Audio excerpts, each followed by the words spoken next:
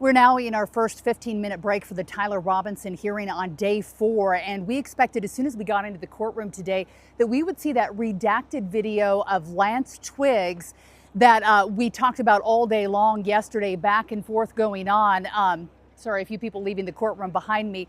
So we expected as soon as we got in there we would hear it, but there was a filing from the Kirk family yesterday demanding from the court that they release evidence. They were saying the entire reason the Kirk family's here is because they want to be in the courtroom.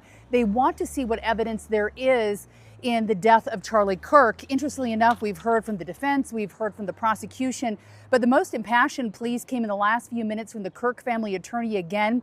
He says, "We appreciate the balance, but the Kirk family has waited 10 months. They want to see the evidence. The Utah Constitution gives them the right to see that evidence, or why even be here." So the judge has just made a ruling. There were some redactions that were made yesterday to the video. They're allowing back in. They're getting that video prepared. When we return at 10:50, we expect to see that.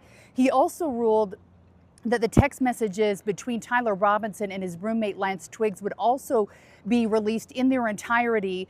At this point, 5.5 pages of 18 have been released when the information for the charges were initially filed. So we're going to be getting new information there.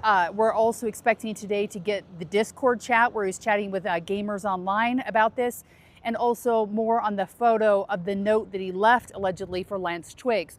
A lot of this is talking about whether or not you can release a confession before you actually get to trial. But the problem with this case is it all revolves around a confession. We all know those pictures were released from surveillance by the FBI, and Tyler Robinson's family himself, his parents were the ones who recognized him and then worked out with a family friend to turn him into Washington County Police. So working around the confession and also dealing with transparency has been the main issue.